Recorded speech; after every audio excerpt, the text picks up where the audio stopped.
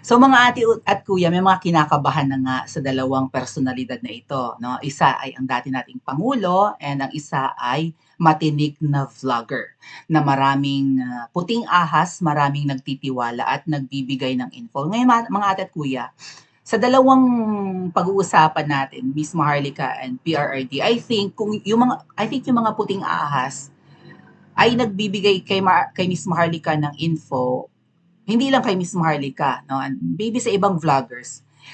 Unfortunately, hindi pa ako kilalang vlogger, hindi pa ako malaking vlogger, so wala akong masyadong ganyan, wala akong masyadong sources sa iba't ibang agencies, department na ng gobyerno para 'di ba i-reveal. And also baka nag-aalala sila sa akin kasi nasa Pilipinas nga po ako, kadali akong ipatumba ng mga mababanatan, 'di ba? So maybe, yeah, iniingatan lang din ng mga puting ahas ang welfare ko kung kilala nila ang prinsesa. Malimit naman ako mabanggit ni Miss Marlica sa kanyang vlog. Now, sa tingin ko, ang mga puting ahas na ito ay, Ate Parvina, hello, ay nagpaparating din Ate Mirna, thank you, nagpaparating din kay PRRD ng mga nalalaman nila. In fact, nung Pangulo nga si PRRD pa, nung siya pa yung nakaupo, sa tingin ko, ang Intel naman niya noon, ang Intel Fund, di ba, funds ay nagagamit ng maayos kasi nakakarating kay PRRD yung mga ganap-ganap.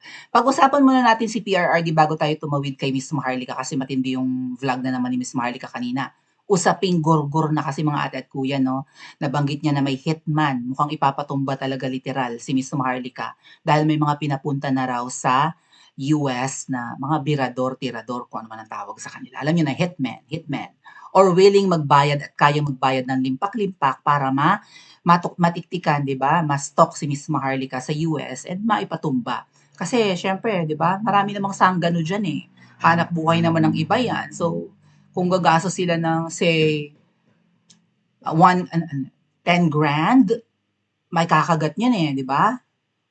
10 grand US dollars, may kakagat niyan. Oh, diyan pa sa California, Diyos ko po, crowded na crowded or maraming tao. Anyway, si PRRD muna ang pag-usapan natin at bakit sila kinakabahan sa dating Pangulo. Alright.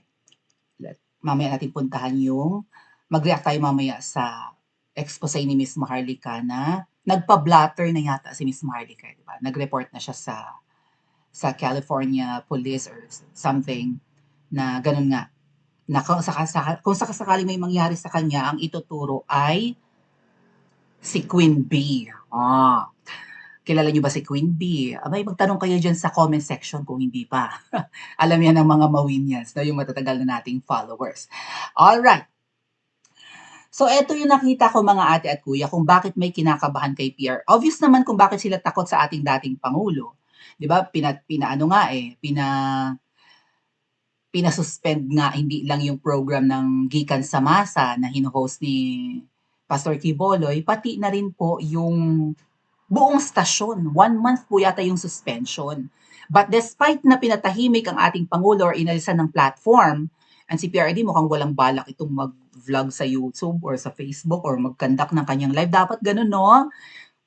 VP Sara Bekernemen, kung gusto niyo mag-volunteer ako. Ay, gusto mo, PRD, mayong buntag kanimo, no? Mayor Inday, VP Inday, mag-volunteer ako, punta ako ng Davao, no? Kung sakali magkagyera sa Pilipinas, edi sana humiwalay na lang ang Mindanao, pabor ba kayo? Humiwalay na lang ang Mindanao sa Pilipinas, oy. Dahil ayaw naman ng Mindanao ang patakbo ng kuting, di ba? Hindi natutuwa ang Mindanao sa patakbo ng kuting. O, tapos laging kawawa ang Mindanao pagdating sa budget. Laki-laki ng nire-remit nilang taxes, tapos pag binalik na yung taxes sa kanila for annual budget, liit ang inilalaan sa Mindanao. Hindi pa nga natuloy yung railway system in Mindanao na 80 billion mga yata yung budget. Pero yung 500 billion na ayuda paglalaanan next year, ayuda na naman, band-aid approach, band-aid solution. 'Di ba? Ayuda, tuturuan lang maging tamad ang mga Pilipino, no? Samantalang yung project na 80 billion kung ikukumpara natin sa 500 billion for Mindanao, parang Mindanao Railway Project yun eh. Kung 'di ba 80 billion kumpara mo sa 500 billion, ay di napakaliit ng 80 billion. 500 billion for ayuda, sa tingin nyo, sa tingin nyo, 100% may bibigay yun sa mga Pilipino? I don't think so. Oh. Yung iba kasi takot umimik, 'di ba? 'Pag nabigyan ng ayuda, 10K ang ibibigay, 10,000 ibibigay, 2K ang na-receive, binulsa yung 8K. Walang umiimik, takot sa politiko. Okay, at saka ngayon, 'di ba? Mahirap umimik ngayon, gurgur ang aabutin. Oh, mas malala pa sa martial law. Anyway, isa pa po sa nagpapakaba sa mga kalaban ni PRRD na kalaban din ni Miss Maharlika ay itong resulta po ng Publicus survey. So, nag-conduct ng survey ngayong last quarter, ngayong patapos na taon.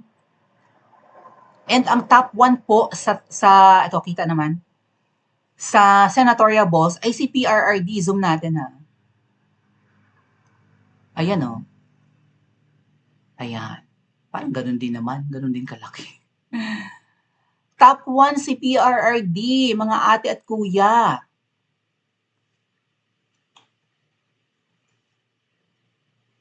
Oh. Followed by Erwin Tulfo. Tulfo na naman. Medyo nadala ako sa Tulfo. Kayo ba mga ate at kuya? Kadikit kasi ni Tamba ngayon si Tulfo eh. Marami pa ako narinig na chika dyan eh. Lalo na yung mga bagong vloggers ngayon. Nakita talaga akong picture talaga. Anyway, si Doc Willie Ong luckily po, number 3. Kaya pakilala namin, kaibigan namin. Bakit natalo si Doc Willie Ong nung tumakbo? Hindi kaya manipulated ito? Sikat na influencer si Doc Willie Ong eh. Marami siyang, millions ang kanyang subscribers on YouTube and Facebook. Mabait pa yan. 'Di ba? Bakit natalo? Well, natalo siya as vice president ni Yorme. Nung unang takbo niya as senator, ay natalo si Doc Willie Ong. Sana tumakbo na lang siyang senador, no? Kaya lang inoffer kasi ni Yorme na libre na walang gagastos si Doc Willie Ong. So, sumugal siya. Kaya lang, ano naman ang magiging laban? Pasensya na sa ingay, ha? Deadman na lang ang ingay. Tutok na lang kayo sa akin at saka sa discussion. Tagdan. Ano ba naman ang, di ba?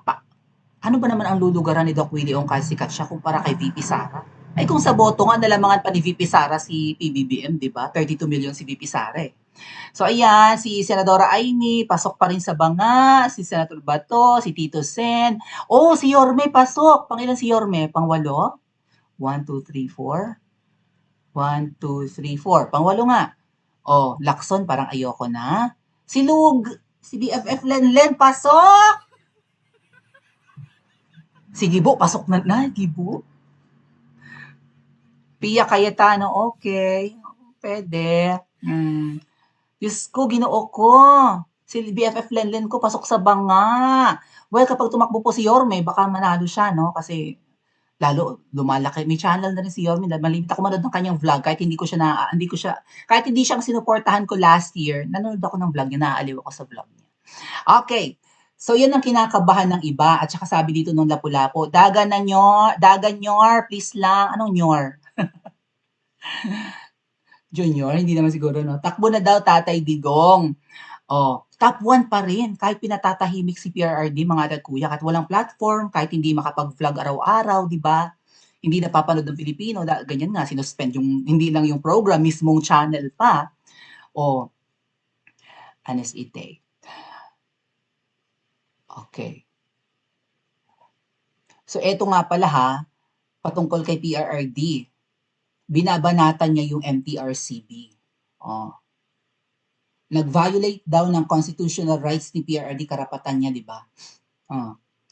Ayon sa saligang batas, nang sinuspend yung program niya na gikan sa masa, hindi lang gikan sa masa, buong stasyon sinuspend. Ayan, binanata ni PRRD, lagot kayo. So, kung lumabag sa batas ang MTRCB, ano kaya ang dapat na karampatang parusa dyan?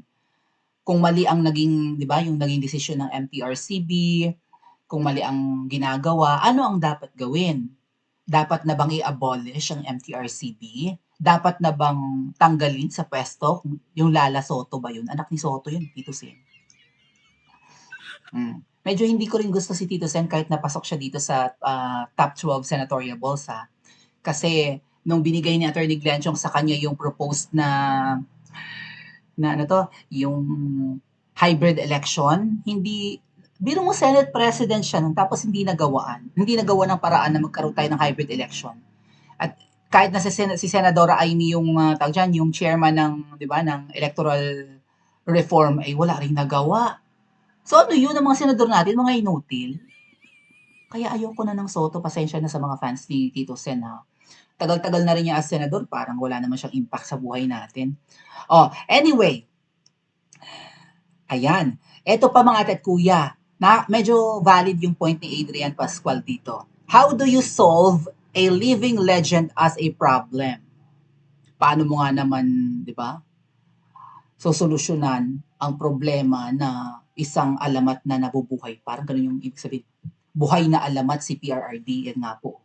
So kung problema nila si PRRD, anong gagawin nila, di ba? Oh, according to the survey, kung tatakbo siyang senador ngayon, kung tatakbo siya senador at ngayon ay ngayon ang election, siya ang runaway number one winner. Parang Robin Padilla, mahigit pa nga, no? Another scenario, not in the survey naman, is kung tatakbo naman siyang congressman sa Davao, kahit matulog lang siya sa campaign, landslide winner siya. Totoo, no? Kahit hindi mag-house to house si PRRD, hindi mag-meeting di advance in Davao, matulog lang, basta alam ng taong bayan na tatakbo, panalo. What about yung mga Nograles ng Davao, mga ate at kuya? Obra kaya? Ah, totoo, no? Kahit matulog lang landslide winner, wala nga, baka nga walang kalaban kung tumakbo siyang congressman. Kahit nga ano rin, di ba, tumakbong senador ang PRRD, kahit di mangampanya, ano tingin nyo? Kahit hindi siya di ba, magpunta sa mga provinces, municipalities, sa mga syudad-syudad, o kahit matulog lang si PRRD, mukhang mananalo talaga. Top 1 nga sa survey eh. Kung hindi man siya mag-ikot, mangampanya, di ba? Ganyan. Sure, parang makakapasok siya sa top 12. Baka nga pasok pa yan sa Magic 5. Oh, pwede din mag-mayor ulit and have Baste run for Congress. Magiging representative si Baste ng Davao. Ang daing options ni PRRD pagdating ng 2025. Oh, mabilis ang 2025, 2024 na sa ilang araw. Samantalang si Tamba at ang party list niya, ang daing ang ginawa. Alam niyo, may nakita akong picture mga ate at kuya. Kalat kasi yung poster ni Tamba eh. Oh, kung sari-sari na yung ginawa ni Tamba, pati yung Tingog yun, di ba? Tingog, yung kay Yeda. Yung nandun din si Jam Magno na namimili pala sila ng bibigyan ng tulong. Ayaw magbigay ni Jam Magno ng tulong sa Davao. May mga nakikiusap. Animal din yung Magno na yan eh. Si Jam Magno mukhang congresswoman na ng Tingog eh. Baka ano na siya, nominee na or something. Representative na ng Tingog, di ba? Nagbibisi-bisihan yung Jam Magno. Oh, may nakiusap na taga Davao, ayaw niyang tulungan. Oh, namimili pera ng taong bayan, tapos ayaw niya, kasi na-offend siya sa mga taga Davao dahil nga alam niyo na, bumaliktad kasi si Jamagno eh. So, sari-sari na yung ginagawa ni Tamba, mga ate at kuya. Maghanap ako ng picture dito na nakakalat yung poster niya, wala naman siyang ganap.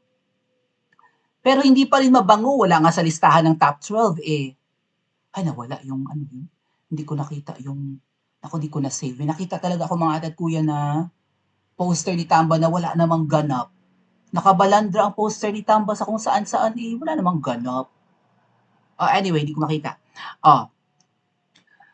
So, yeah, kahit matulog si PRRD, kakabahan ang kalaban. And mga ate at kuya, kapag nanalong senador si PRRD, most probably, magiging ano yan, magiging, tawag dyan, baka maging Senate President si PRRD at baka maipush pa nga ang, di ba, ang federal, yan, yung pagpupush natin ng federal. Kasi kung si PRRD po, ang magtutulak ng constitutional change, magtitiwala pa tayo eh, no? Yung pagta-transition natin hopefully for federalism, 'di ba? Pagpapalit ng ating bulok na constitution, na core constitution. Magtitiwala tayo kung si PRD, pero kung sinatamba ang may pakana ng charter change, walang tiwala ang taong bayan, hindi nga siya, sari-sari na ang ginawa, naghawak na ng itlog sa palengke, nagtakal na ng bigas, nang-raid na ng mga bodega ng bigas si Tamba kasama si Tulfo, di ba? Hindi pa rin gusto ng taong bayan kung saan na nakabalandra yung poster ni Tamba. Hindi pa rin pasok sa top 12 na senatorial boss. Kabahan ka talaga, Tamba. Gamitin mo na ang mahika ng salapi, kung mukhang marami kanya, apakayaman mo. Gamitin mo na ang mahika ng smart magic. Ngayon, kung kinakabahan sila, pati tayo kakabahan din. Nandyan pa yung smart magic, mga ate at kuya. Kahit hindi pasok si Tamba sa top 12 senatorial votes, sa top 1 si PRRD, baka magulat kayo, si PRRD hindi manalo. Andyan pa ang Smart Magic, magpapakampante tayo. Aba, oh, anong gagawin nyo kung sakasakali, di ba, nasa survey na nga, top 10, top 1 si PRRD. Tapos biglang nung nag-election ng 2025, ang top 1 na senatorial, ang top 1 na nanalong senador ay si Tamba. Si PRRD tanggal sa 12, hindi nanalo. Anong gagawin nyo? Pa-comment po sa comment section at mag-like and subscribe din po kayo.